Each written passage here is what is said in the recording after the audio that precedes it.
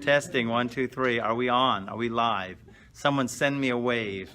We're here. Not you guys. I'm talking about people out there. Okay. Okay. Everybody out of copy? We're on the 13 Midot of compassion.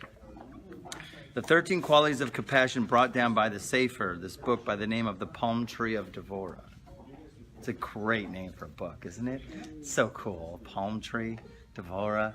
Devorah is my wife's name. Not that I picked. I fell in love with the book before I met wife. I fell in love with my wife. Okay. Yeah. Something about it. There's some kind of connection there for sure. When she's here, I'm sure you. Oh, absolutely. You know what that. That's the big rule. Okay, we're on page 36 here. We're talking about a very important quality called V'tashlich b'masulas yam kol chataosam. And he cast all their sins into the depths of the sea. Chevre, can I ask you please not to play guitar and maybe make it lower because I'm teaching a class here. I would, if you would not have been in the room, I would have gone in there and sweated it out. I don't want to go in there, man. I won't. I'm good. Thank you. Okay, so this is about the attribute of what we say, cast all their sins into the depths of the sea. In other words, HaKadosh Baruch Hu does something with us which is very unusual and very unique. Now we're going to start on 36 because basically I'm just going to give you the synopsis of it without giving you all of the stuff because we've done some of this before, but I'm going to just cut it to the chase. You know, sometimes God does have to do things. He has to strike a balance. You know, like if a kid just keeps going off the way, he's just not following a right path. You got to say something. You got to say something. You got to do something, right? You got to level. As my dad would say, I got to level with you. Yeah, you ever heard that phrase before? I didn't figure it out until, we got to get balanced, get more aligned, right? So, because obviously something's off level. So Hashem, sometimes he does have to level with us, okay? And what happens is a very unusual thing happens when he does that. He has to strike a balance. You have to get the sheep to go back on the path, right? King David says, your rod and your staff comforts me. Your rod is what you hit the sheep with. Staff leads the way. Why do you have rod and staff? Comfort me. Right, King David, rod and staff, so rod is what hits, and staff, of course, is the sign of truth, the shepherd that leads the path. Okay, so you see the rod is one thing, and the other was negative, one is positive. Sometimes you need negative. Some people are very more motivated by negative. Did you know that? Yes. Some people are motivated by positive. We all think we'd like to be motivated by positive. It took me a while to discover my son, he's motivated by negative. It's unfortunate. Now the thing is, so Hashem, so the parable is, of course, there's the master, there's the servant, and then there's the stick. So the master has to use a stick to beat the servant. Okay? So an interesting phenomenon happens with that stick after it was used to beat the servant. Okay, first of all, in the rules of faith, in terms of we understand God is totally navigating the world and everything is completely orchestrated to perfection by God. And the stick is used, right? We should never scream or get angry at the stick, which many people do. Now, a stick can take all kinds of forms. It could be an obnoxious person in your life, right? Somebody annoying you, even so subtly annoying, all right? It could be harsher things, big things, that could happen in a person's life, that things don't go right in their life, is God is taking a stick and giving a tap. Now, of course, we can't get mad at the stick. We always have to do what? Go to the boss, right? Always got to take it to the boss. Okay, that's the rule. Okay? Because if we keep blaming the stick, we're not going to really get to what do I need to change here? What do I need to do? But let's think invent. When a stick is used, what happens to that stick after it's used? an interesting phenomenon God does with the stick after the stick has done its performed its purpose.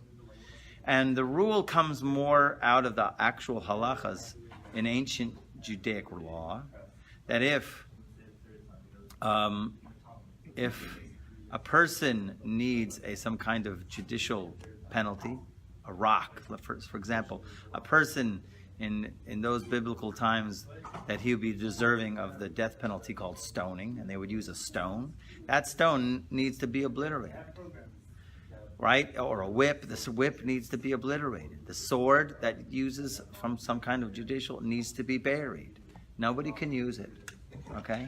Those things need to be completely obliterated.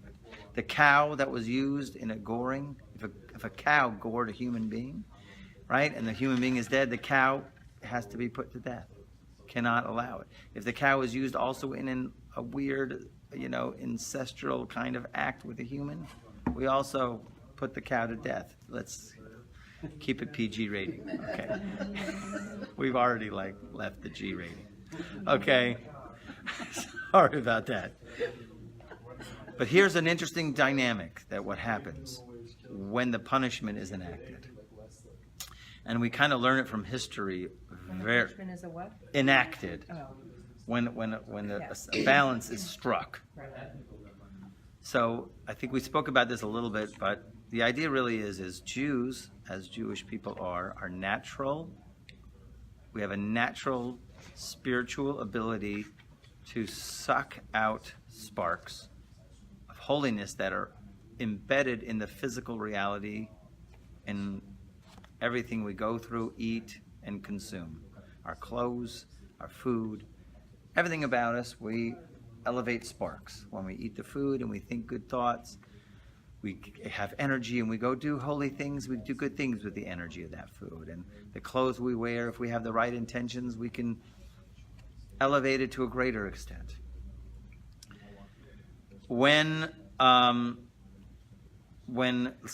wherever the places where the Jews go in general in our history, wherever we need to go, we go because we need to go there because there's some sparks that we need to elevate. Right? If you find yourself in Cucamonga or Pasadena, I didn't know that there was a Pasadena here. But you joke in California about Pasadena.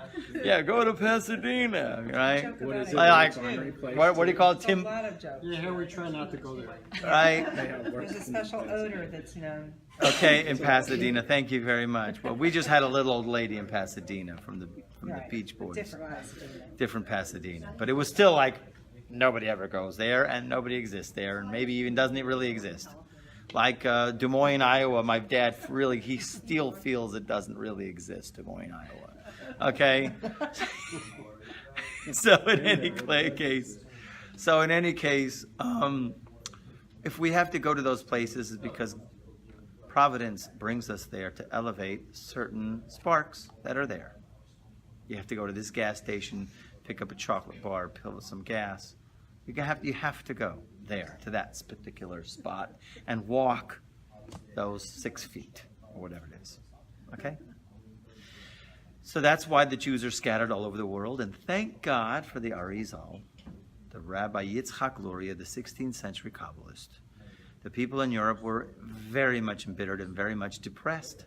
They're very depressed because we've been in exile at that time was well over 1,000 years, and God has not brought us back, and the people started to give up hope until he came up with this explanation of the reason why we're out in exile is to gather the sparks that have been scattered since the time of Adam's sin in the Garden of Eden.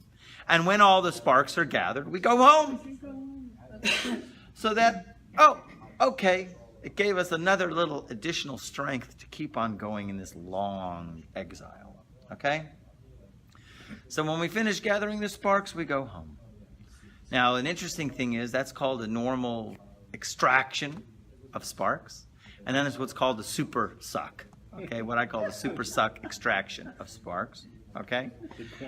Which happens when the Jewish people are oppressed in exile. Whenever they get oppressed, according to the Shem Yishmuel, the Sukkot Rebbe, it results in a super suck phenomenon in which all of the sparks of wherever it is that the Jews are come completely sucked out of that place, and they no longer are there anymore. So when the Jews leave, the luster of that place is also gone, and history has proven it, as we've seen.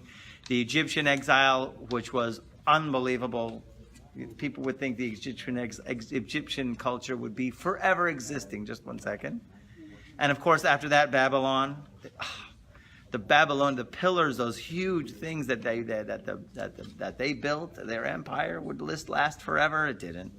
And after that, there was the Persians and the Medes, and then the Greeks, which also resulted.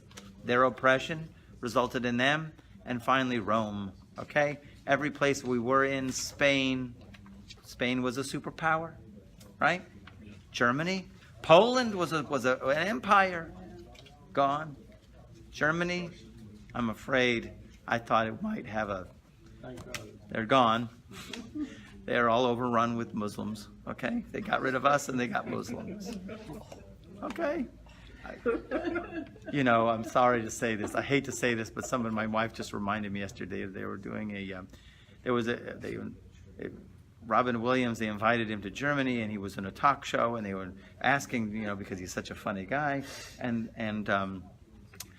somebody asked Robin Williams, I guess the host was, well, what happened? How come the Germans don't have such humor like, you do? Or he was basically, maybe because you killed them all?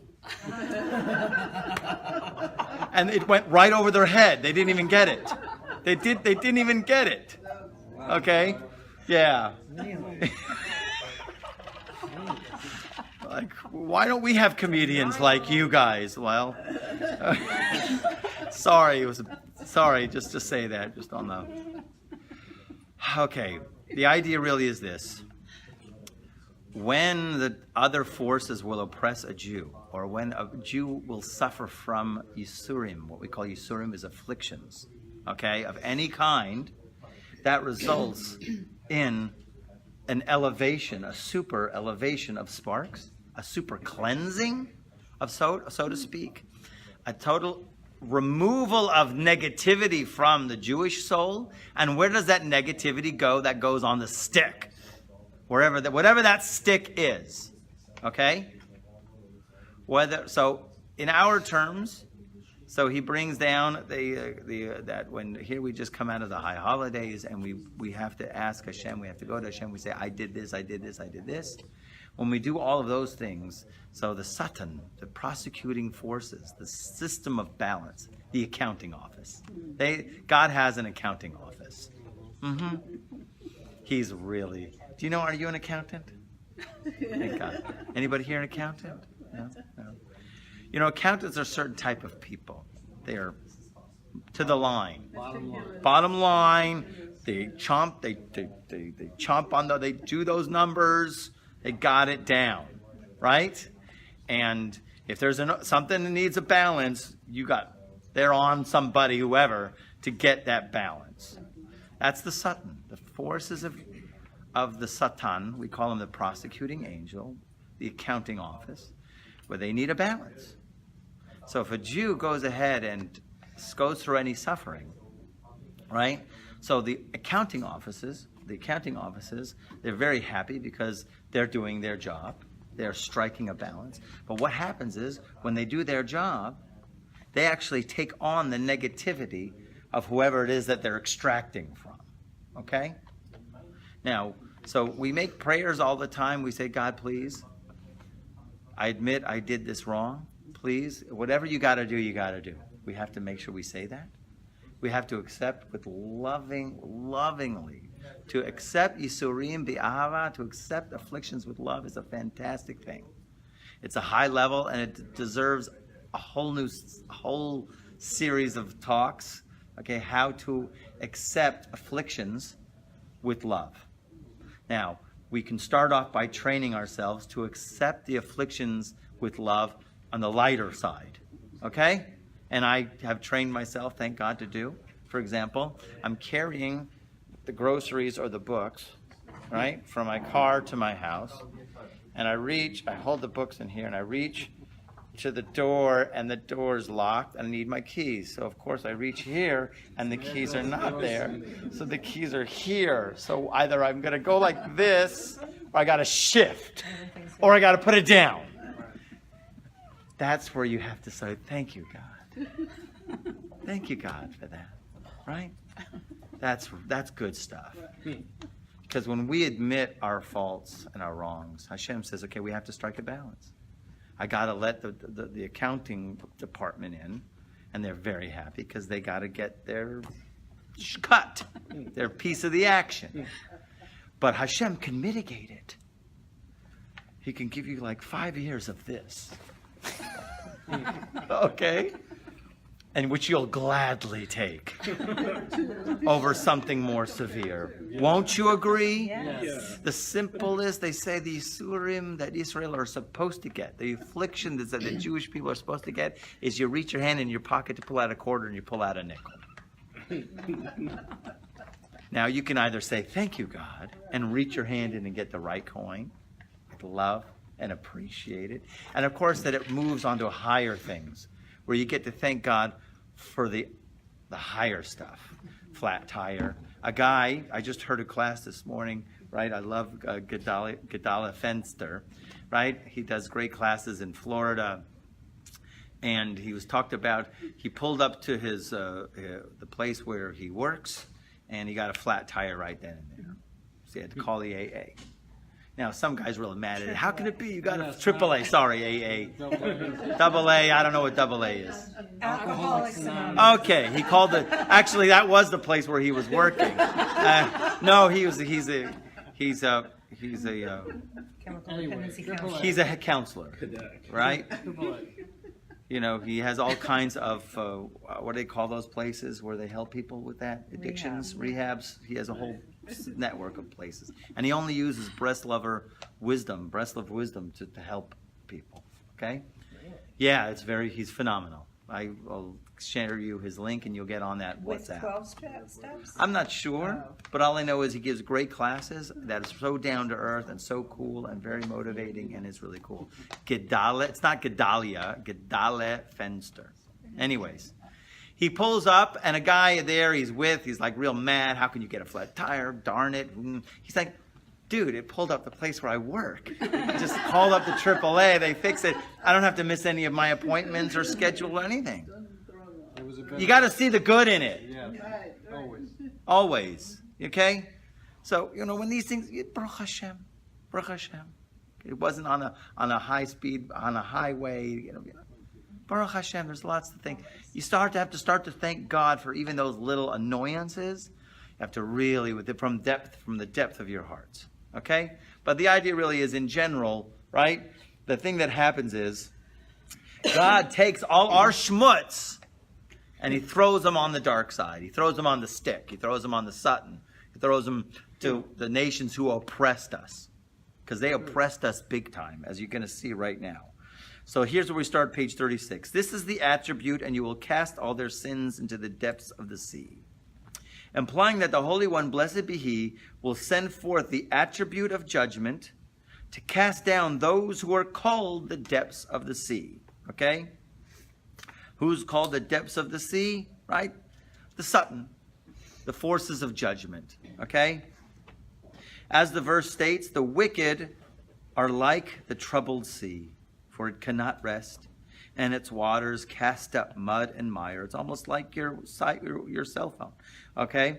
So this refers to those who execute judgment on Israel. Okay? Spiritually as well as physically. Okay? He will return their recompense upon their own heads. For after the people of Israel received their judgment, the Holy One, blessed be He, regrets His original demand that they be shamed. In other words, He's immediately consoled. As soon as they got something, He's immediately consoled. Yes. Just out of... Sorry I didn't let you go speak further. Well, it's a new one, but it's based on what we're just talking about. Okay, the prosecution, when they're receiving all this, are they like in a state of praise and glory towards God because they're fulfilling their purpose? Yes. So they're happy. They're happy. When you go, let's say, and you do a confession to God, I blew it. I didn't take responsibility. I wasn't smart enough. Whatever it was, I made a mistake. The forces there are very, very happy. They're doing their job. But unfortunately, what happens is, because you admitted it, right? So they don't get a full portion. Okay? And then what happens is, but they deserve a portion of that negativity. They deserve it. It comes from the serpent, Who are you talking about? the forces of judgment. Satan, we call him the Satan. Okay. He's the prosecuting angel. No. And he's got a lot of helpers with him, agents. Misunderstood. I thought you were Agents. talking about God. No. So the forces of judgment are very happy because they deserve their portion, because really what happened in the Garden of Eden, Adam and the serpent round one, right? And the serpent knocked him. He got him out, right? Well, not really him. He knocked Adam. The serpent got through Eve, he got to Adam.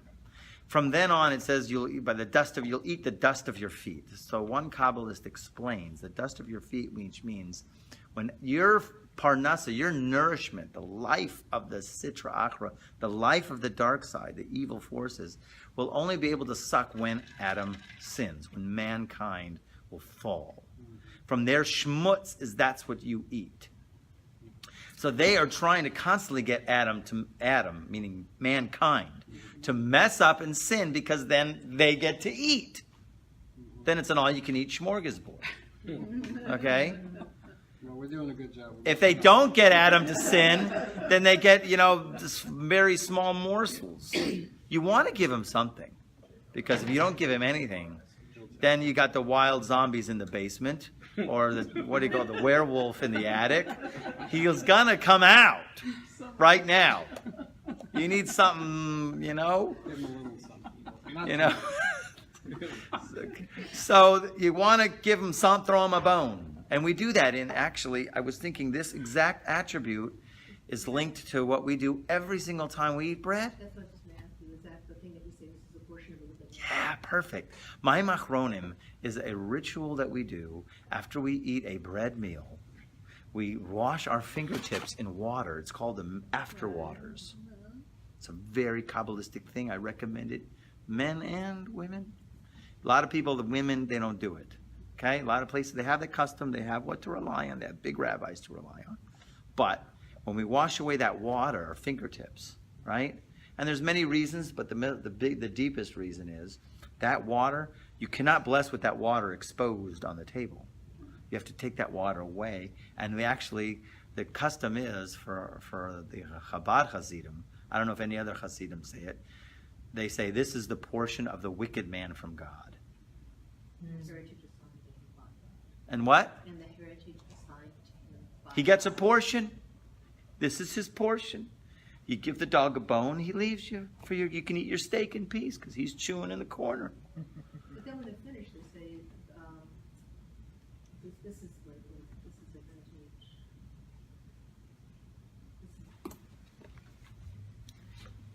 Oh, and he said to me, the table that we before the Now it is. After he's gone, we got a table now before God. Now we got a table where us and God and no barriers. Oh, thank you. Got it? Yes. Okay.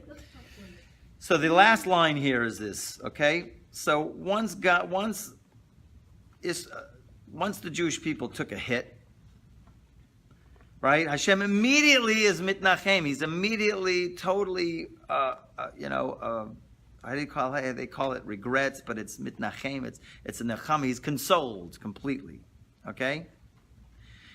Afilu al ma shekadam, even what was before, and now he's. And let's just go with this last thing. And this is not all. Why? That he's appeased. For I was only a little angry, and the nations of the world helped make it worse. It's a verse in Zechariah. In other words, when I got angry at the Jewish people for doing wrong, and I had to bring some kind of nation there to go ahead and affect the balance, right? And they affected a balance, they helped make it worse. In other words, listen. There's a famous philosophical question they all ask. Paro, he enslaved the Jewish people. They were supposed to be enslaved. Paro can go before God and says, I was just doing your job. You needed somebody to do it. I was the guy. I did it. What are you getting on my case for, right? Babylon, all of them. They could say before God, you hired me to do this. I did your job. Why am I? They get zapped. They get zapped. Because why? They did it with what's the Yiddish word is called geschmack. No. You heard of geschmack? Is that like zeal or something? They took it. They did an extra measure. They did it. They took enjoyment and they went extra. Paro went extra, right? Everybody, they went extra. All of the nations went extra. They took a little extra zeal in it. And because of that, no go. Okay? If they would have done exactly what they were supposed to do. Now, here's a rule here. And a big rule for all of us. Okay? Don't be the stick. Never take it upon yourself to be the stick. And look what he says here. A person also ought to behave this way, because we're learning the traits of Kadosh Baruch Hu in order that we can behave like that with our fellow man. Okay? That's what this whole first chapter, the whole book is about. Specifically, these 13 qualities of compassion. The specific qualities that we need to learn and embody, understand. Hashem is like that with us. We need to behave that way with other people. And look how he brings it down. A person also ought to behave this way with his fellow, even if the latter is wicked and crushed. By the way, there's no real wicked people anymore these days, according to Rabbi Orlowick, even though you might think so. We're in such exile, and we're so far away from Torah and Torah values and Torah education. To be wicked, you have to be a real maven. A maven means you have to be really knowledgeable. Okay? And then and specifically go against it. Knowledgeable about being evil. Is that what you mean? You have to be a cognizant. You got to be really at it. You got to know like almost everything about what it is to be good, and then decide the opposite. Okay? Instead of just living. No, most people nowadays are it's just plain old ignorance. Or they've been fed like some values from, let's say, people who live in California have been fed certain values, right? The rest of the world. I can say that because I'm from California. I'm allowed. I was from California license somewhere. Look in your other pocket. Go across with your other hand. I don't know. I lived in Ohio, but we talked about people who lived in Kentucky. Everybody, and the New Yorkers talk about New Jersey, whatever, it doesn't matter. Okay? Everybody has been raised and injected a certain set of values which are not necessarily in the Torah value. I would just call that just plain ignorance, because, it's just bad education all across the board. Even in the Torah is in exile, and even in Torah schools these days, certain things just not emphasized enough. And love your fellow neighbor as yourself, things like that. And different things that imply deep connection. Anyways, but let's say you got someone in mind, okay? Even if the latter is wicked and crushed through suffering, he got it. You know somebody in the community, he didn't like him ever, you didn't really like the guy, and he got it. Yay. He should not despise him. No, there's no yay here. I wanted to make you more powerful. Go ahead. Thank you. Yes, you did. You helped. He should not despise him for having been whipped. He is like your brother. Big rule in Yiddishkeit. In Judaism, Torah Judaism, if a person were deserving lashes in the days where they would do these things in the time of the temple and in Israel. So if a person were to receive your lashes, he is your brother. Okay? It says that in the verse, Achichahu, he is your brother. After he got whipped, he is your brother. Okay? It's not he got whipped, he deserved it. Now let's kick him again. Okay? Let's say something to him. No. Completely clean. He's completely clean. Okay? He's your brother. On the contrary, he should draw close the downcast and those who are punished, have compassion for them, and save them from their enemies. How do you like that? Anybody else who's going after them, step in, save them. I ain't going to deal with that. Okay?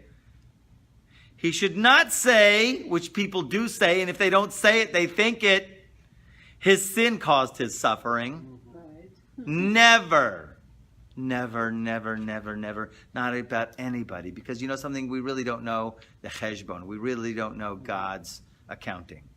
Because you see, good people, they have afflictions. Bad people have afflictions. We don't really know. You can't say that guy got that because of this. And people do say it. And if they don't say it, they think it. And we're not allowed to even think it. Because it creates an energy. A thought creates an energy. No, no, no. That's not. He should have compassion on him. He's your brother. He's afflicted. We don't know the reasons why he got afflicted. You might have your calculations. Take your calculation and throw it into the depth of the sea. Get rid of it. There is no calculations. Bottom line, he's a brother. Okay? This is judging others favorably, too. It's beyond that because this is after, of course, somebody had dealt with them, something happened in their lives. Okay? Something, right? Something happened in their lives. So you never, and people say, this, you know why this happened? Because of this. Because of this. I'm telling you, even in the most religious communities, my wife, somebody came to my wife. I forgot what was going on in our house or something. And somebody says, you should do away with your shaitel. You should not have a shaitel. You should just use a scarf to cover yourself. You should burn your shaitel. That's why this is happening. Shaitel means wig. I was telling her. Right? Right? I mean, everybody's got mishigas. People need to keep more of this or that or this or that. And people come out with reasons why things are happening all the time. We'd never know the reason. And that's not our job. Our job is compassion. No matter who. Okay? No matter who. And definitely don't be the stick. Okay, let's go. Number 10. The name Israel, this is called Titain Emes Yaakov. The name Israel refers to a higher level. Do we all have it? Yeah. The name Israel, the name Israel refers to a higher level than the name Yaakov. But you know that he was Yaakov, and his name got changed to Israel later on, right? And they still will always refer in various verses throughout the Bible. Sometimes they'll refer to Yaakov, the nation Yaakov, not necessarily the person. And sometimes they'll refer to Israel as the nation of Israel. And it goes back and forth. And what's the difference? And why does it switch? And there's a reason why it switches. Okay? Because like he says, the name Israel refers to a higher level than the name Yaakov. Okay?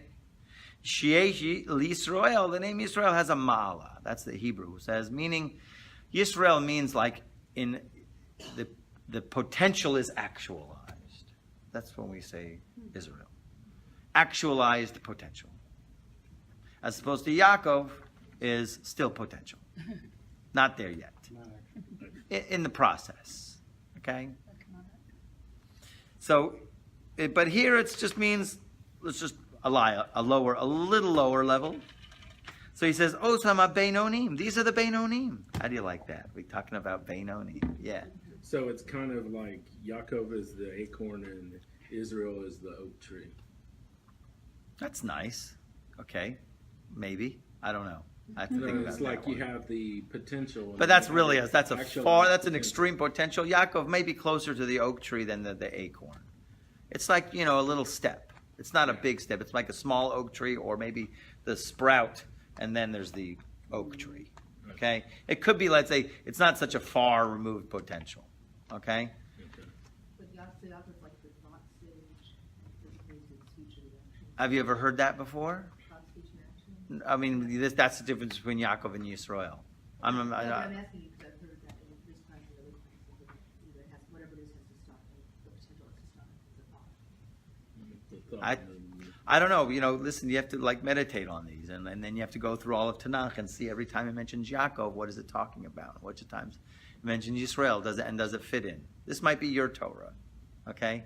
Your Torah meaning like some kind of idea or concept that you have, okay? You have to develop it. I'm just saying I don't know. Yeah. I mean, I only know from what I know. Okay, which just ain't much. Okay, this attribute, which is called show faithfulness to Yaakov, titain emes liYaakov, applies to those individuals of average spiritual nature. We call them the Beinonim. Now, we learned in Tanya, say Benoni is a pretty high madrega. Okay? A Benoni is a very high madrega, high level of a person who basically, a sinful thought that comes into his mind is completely whisked out and has absolutely no manifestation in either his thoughts, speech, or action. Okay? It's a level. It's a level of spiritual awareness. But this is the point here he wants to help us to understand it. Average spiritual nature means here who do not know how to go beyond what the law requires. We call it lifnim mishuras adin. Okay? They don't know how to go beyond the letter of the law. Okay, in other words, they're fair people. Okay? Right? You work for me, right? A day's wages, and I give you a day's wages. Extra, no extra. Okay? That's fair. We do what's fair. Okay? They are called Yaakov, for they adhere faithfully only to the strict requirements of the law, the letter of the law. Okay, and then there's what's called the spirit of the law. Okay? And maybe they're in the spirit of the law, but they're very much anchored by the letter of the law, these people. Okay? The Holy One, blessed be He, also has this aspect of faithfulness. I like how he translates here. Midas emes is faithfulness, or maybe sincerity, or what I would just call being fair. Let's just be fair, okay? Regarding correctness, so the Holy One, blessed be He, also has this aspect of faithfulness regarding correctness in judgment towards those whose conduct in this world is correct. The Holy One, blessed be He, also conducts himself with this quality of faithfulness, having compassion for them in executing justice and fairness. They want fair, they get fair. Okay? And that's how God behaves with them. Did someone turn off the AC, or is it me? Someone Okay. turned it off. Or is it on like a timer? Or the door is slightly ajar over there. Is there heat coming in from that other area? I don't know. No, but, Okay. So, certain people, maybe you know people who are like this. You know, they'll do what's fair. You know, they you know. So here he, you know, God is with them according to the letter of the law. They behave with the letter of the law. God is with them with the letter of the law, and it's okay. It's a quality of compassion, okay, because it's not being strict, okay. It's just he behaves fair. I'll be fair. Let's be fair, okay, just to be fair. So too, a person should act towards his fellow with fairness and faithfulness. And he should not pervert the justice to his friend. He should have compassion. See, because most people, what happens is they exaggerate, right? When it comes time for leveling, I need to level with you, right? You got to level fair. You can't level exaggerated. Okay? You always do that. You're always like that. Are you really always like that? Is a person really always like that? No. Okay? But people say that, right? There you go. You're all, come on. Right? What happened? What? I've said it too. Right? And is that really true? No, it's not true. Okay? Problem is, right? No, it's really not true. You're not always like that. Right? So, you know. If it's a positive, it's okay to be always like that. Oh, that's the best. That's Baruch Hashem. But, you know, usually most people, you know, we tend to be very good at judging. Okay? It's a natural thing for us. The idea really is, let's not pervert the justice. Let's not judge. You got to level with somebody. If you have to level, you got to level. Okay? But you don't overdo it and you don't pervert it. Like you're always like that. You always done this. You know, you did this to me 3 times. I think we need to talk. Okay? But it's not like I see you're always like this. Okay? This is just a little slight. Right? He should have compassion for his fellow and be faithful, just as the Holy One, blessed be He, shows compassion for his creatures of average stature according to this quality of faithfulness in order to perfect them. Okay? So listen, there's 2 hanhagas. The HaKadosh Baruch Hu behaves in this world, how he manifests in this world, okay, is with 2 guiding forces. There's a low one and there's a high one. The low one is called Hanhagat Hamishpat, which means the guiding force of justice. Okay? That's the low one. Tit for tat, karma. You give, you get, things like that. They work, goes around, comes around, all that kind of stuff. Right? But then there's a higher level of God's providence and how he behaves, which is called Hanhagat Hayichud, special treatment. Okay? Now really, everybody's really getting special treatment, but he hides it sometimes. Okay? Sometimes he doesn't hide it. And when you see a special treatment, it could be positive or negative. We don't know why God is doing that. There's no reasons why. Okay?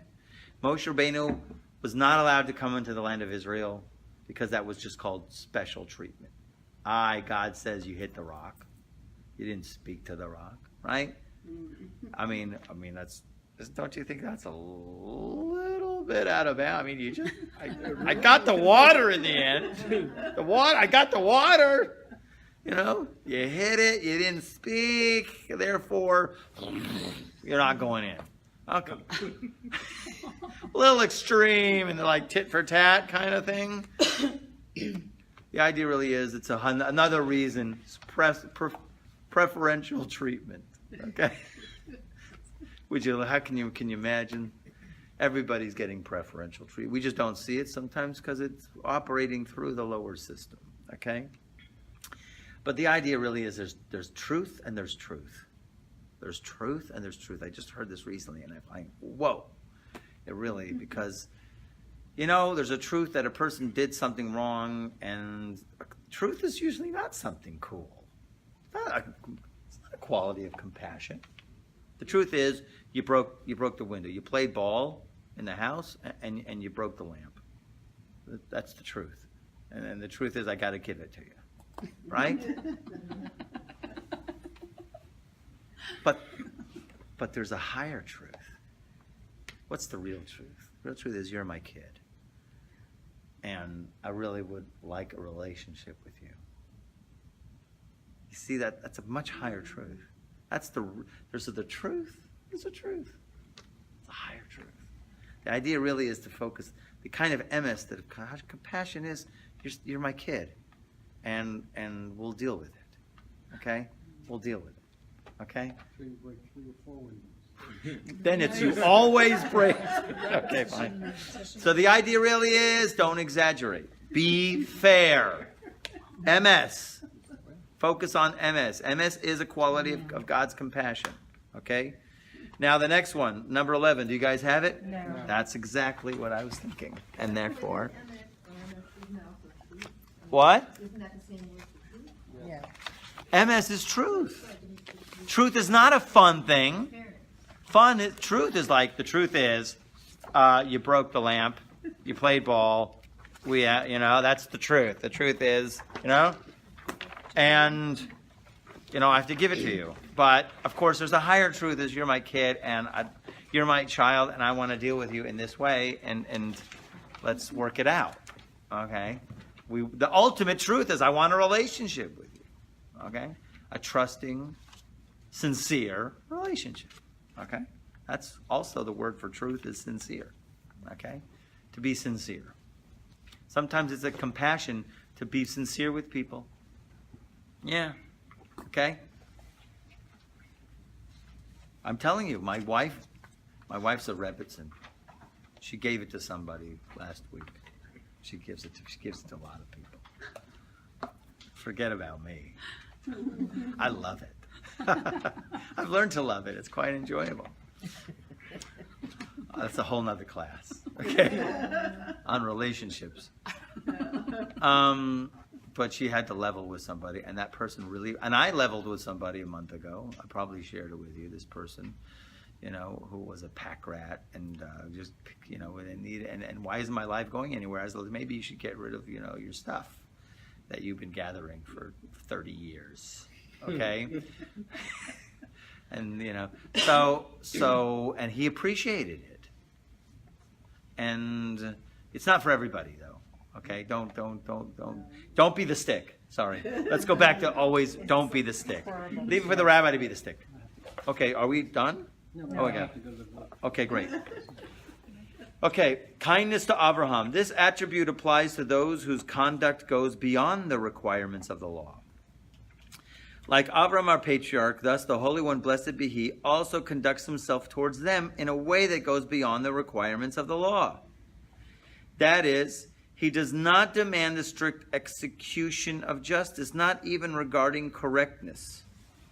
Rather, he goes beyond the letter of the law, just as they do. This is kind of a real tit-for-tat kind of rule. If a person can be ma'avir al midot, he can forego what is owed to him, then God forgoes to that person what is owed to him, or the other side. In other words, he deals with it. He'll pay the debt. He'll pay whatever is owed. He'll handle whatever balance needs to be done. As we behave with people, God behaves that way with us. So if we're foregoing on things that are owed to us, right? I should get this, right? That sense of entitlement is always out the window for Torah people, okay? But here's, it's more like a sense of entitlement. It's more like, you can let things go. You let things go. I mean, really let things go. Not, okay, and then meanwhile you hold it for 30 years. That person did that to me 30 years ago. I don't talk to him. Okay? You really let it go. Really let it go. So then Hashem behaves that way with us, and then he lets things go. Okay, not totally. He'll deal with it. Hashem never lets things go. There's no such thing. You can't do that. We learned that in an earlier thing. If you did something, he's got to mitigate it. It has to be dealt with. The balance has to be struck. It's just there's ways of doing it, like the books and the keys. Okay?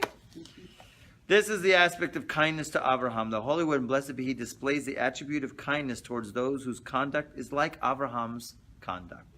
Avraham was the chassid, not the Benoni. He went beyond the letter of the law.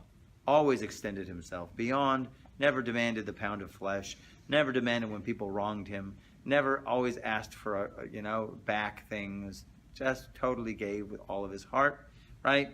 So too with man. Although he conducts himself properly and correctly, let's say that's how he does, with justice towards all men, okay, he's fair with everybody else, towards those who are particularly righteous and pious, his conduct should go beyond the strict requirements of the law, which really doesn't happen these days, especially with people when they see rabbis do something wrong.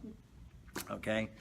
Right? They won't go beyond the strict requirements of the law. They'll fire the rabbi. They'll get on the board and then they'll get rid of him. Okay? Wherever he displays patience, if not, they just talk bad about him. Wherever he displays patience towards all men, God forbid. Wherever he displays patience towards all men with righteousness and piousness, he should have much more patience, showing them compassion beyond what the law requires in dealings with others. It's unbelievable. It is a test because, rabbis are busy people. They have busy schedules. And I have my experience with rabbis, not all rabbis, that rabbis are very flexible with time. Okay? I try not to be.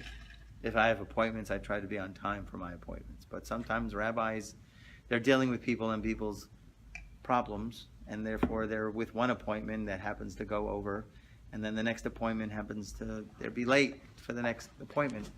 So of course some people get very annoyed by this, okay? Okay. But here's a person who dedicates his life for the Jewish people into elevating humanity and mankind, studying Torah. So those you have to give, they get extra credit. You have to give them extra concessions. They deserve it because what they're doing for humanity, okay? Teaching Torah, dealing with people's problems, they're helping humanity, right? And they don't get much money for it, okay? So it's very dedicated work that they do. So a person should give them an extra what did I say? Concession. A mulligan. Mulligan. What's a mulligan? Like freebie. Like That's with called a golf, mulligan? Yeah. In the golf. Freebie? A pass. In golf, you just Oh, I get to take that one over again. Oh, got it. Thank you. Not count the stroke that you had. Got it. It's called a mulligan. Is Yeah. that a person's name or something? Once upon a time? Don't know. Okay. They should be exceedingly important to him and especially beloved, and they should be among his friends. Those people who they see going beyond the letter of the law, those people who ma'avir al midos, they forego what's, they let go of things. Those people are people that you should especially try to attach to. Okay? Because maybe you'll get some osmosis and you'll learn to do it too. Okay, 12, which you have sworn to our forefathers. I really want to finish this, so I'm going to kind of move fast, okay? Because each one of these are techniques. If you can't use technique number 1, and God willing, next week I'm going to bring a sheet. I was working on it, I just didn't have time. But so I'll have a sheet where we'll have everything lined up, and I'll abbreviated it so you can use this. Yeah, summarized, because it's very important. Definitely for next year, we'll have a review class on this, so you can get it, because you have to practice this, as he says at the end of this chapter. Number 12, Asher nishbata lavosenu. Some people are unworthy, yet the Holy One, blessed be, he has compassion for all. Unworthy people. Totally unworthy. On the verse, I will have mercy and show kindness to whomever I desired. That's what it brings down in the pasuk. V'chanosi es asher echon. I will favor those I will favor. It's a strange verse, okay, which means what? Amar HaKadosh Baruch Hu. God says what? The Holy One, blessed be He. This is from the Gemara and Brachot. This storehouse is for those who are unworthy. But there's another storehouse of grace. It's called Chen, from which the Holy One, blessed be He, bestows grace on the righteous as an unearned gift. Okay? Is that where Hannah comes from? Chana. Yes, and also Vet Hanan. In other words, when the righteous pray, they don't pray because I did this, this, and this. Now, God, please give me this, this. They know they're not worthy. Any of their good deeds, really, Hashem helped them with all of their good deeds. They really don't have anything in their account. And everything is going to be, God, can you do me a favor? Do me a favor. Okay? The Baal Shem Tov says the greatest thing you can do in the world, is to do someone a favor. Do you know why? That's the greatest thing? Because you don't look for anything back. Can you do me a favor and hand me that piano or whatever? Okay. Sure, no problem. Right? One hand. You do a favor, you shouldn't expect anything in return. Favors are usually so that happen like things where you don't expect someone really to pay you back. It's a favor, okay? Not like the Godfather's favors. Yeah. Someday I'm going to ask you to do me a favor. Right? Okay? So the Holy One, blessed, bestows grace on the righteous as an unearned gift. For the Holy One, blessed be He, said, behold, really, okay? 1 second. Yesh otzer chanunim she'HaKadosh Baruch Hu nein v'nosein lehem matnas chinam. He does it what's called matnas chinam, a free gift. Okay? Because the HaKadosh Baruch Hu says, behold, they have what was called merit of their fathers. I made an oath to the patriarchs, so even if they are unworthy, they will merit because they are the seed of the patriarchs, Avraham, Yitzhak, and Yaakov, to whom I swore. Therefore, I will lead them and guide them until they are perfected. Unbelievable. You can always use this. It's like this is a move here. There's a card. There's an ace up the sleeve. If all else fails, Remember, they come from Avraham, Yitzhak, and Yaakov. Okay, you got it? They come from Avraham, Yitzhak, Yaakov. I'm going to stick with that. And you just hold on, and you don't let it go. Avraham, Yitzhak, Yaakov, they come from holy seed. Avraham, Yitzhak, Yaakov, they're really holy. God really loved Avraham, Yitzhak, Yaakov, and just hold on to that. Okay, you can do it. Okay? This is how a person should conduct himself. Even if he meets wicked people, he should not behave cruelly towards them or abuse them and so on. Rather, he should show them compassion, saying, ultimately, they are the children of Avraham, Yitzhak, and Yaakov. Although they may not behave properly, their fathers were upright and worthy. Hence, one who despises the sons despises the fathers too. So I do not wish their fathers to be despised because of me. Thus he should conceal their disgrace and improve them as much as one can. Okay? Mechaseh el bonam, right? The disgrace of the fathers, they come from holy stock. That's it. Don't be the stick. So love unconditionally. Listen, it's hard to say love unconditionally because, you want to improve them. There should be room for improvement. Don't ever change. We don't do that. Change. There's got to be a level. There's got to be a hey. And how to go about doing that, I don't know. You leave them the book Garden of Amunah, okay, or whatever, or leave them the book Palm Tree of Devorah in some unsuspecting place, pamphlet here, pamphlet there. We shouldn't really rebuke, okay, we're not supposed to rebuke people these days. No one can do it right. You have to be on a real level. It's a whole nother story. Because otherwise you're shaking up the turd can and it smells like turd. If it's dried turd in the can and you shake up the turd can, it's going to smell like turd. I'm using a very colorful metaphor, aren't I? Yeah. That's how Rabbi Nachman says. You go ahead and rebuke somebody, and if you're not on the level, you shaked up their bad spice, their bad smell, their bad midot, and it permeates in the spiritual realm, and it blocks their shefa. It blocks their flow. It blocks their parnasa. It blocks their livelihood. You can block their livelihood because you cause their soul to start to smell bad. It's dormant. Leave it dormant. You got to be on a level to rebuke. Rabbi Nachman says that. Otherwise, you cause all kinds of problems. Okay, you got to remember the turd can. Oh, yeah. Don't shake and the moral of the story is don't shake the turd can. Okay. Your kids are crazy. Okay. To tell someone what I learned from my rabbi. Okay. Okay. Now I forgot where I am. Okay. This is also. Where? This is also how a person should conduct himself. Even if he meets wicked people, he should not behave cruelly towards them. Okay? Ultimately, this is what you say. Right? I do not wish their fathers to be despised because of me. Thus he should conceal their disgrace and improve upon them as much as he can. Okay? You want an improvement, but, you got to walk, I'm sorry to say it, but you got to handle it with kid gloves. Okay? Last one. From days of old. This is the most powerful and all-inclusive one. If all else fails, you got this one. Okay? This is the attribute with which the Holy One, blessed be He, conducts himself towards the people of Israel. When their merit and all else fail, and they are unworthy, what then does the Holy One, blessed be He, do? The verse states, I recall my kindness towards you in your youth, my love for you on the day of your marriage. Okay? Which means the Holy One, blessed be He, recalls the days of old and the love He felt towards the people of Israel. And His compassion is aroused. This way He remembers, we say that actually on Rosh Hashanah, right? Zacharti lach chesed ne'oraich ahavas kilili osaich. Okay? He recalls the days of old and the love He felt towards the people of Israel, and His compassion is aroused. This way He remembers all the commandments they have fulfilled since their birth and all the good qualities with which the Holy One, blessed be, conducts His world.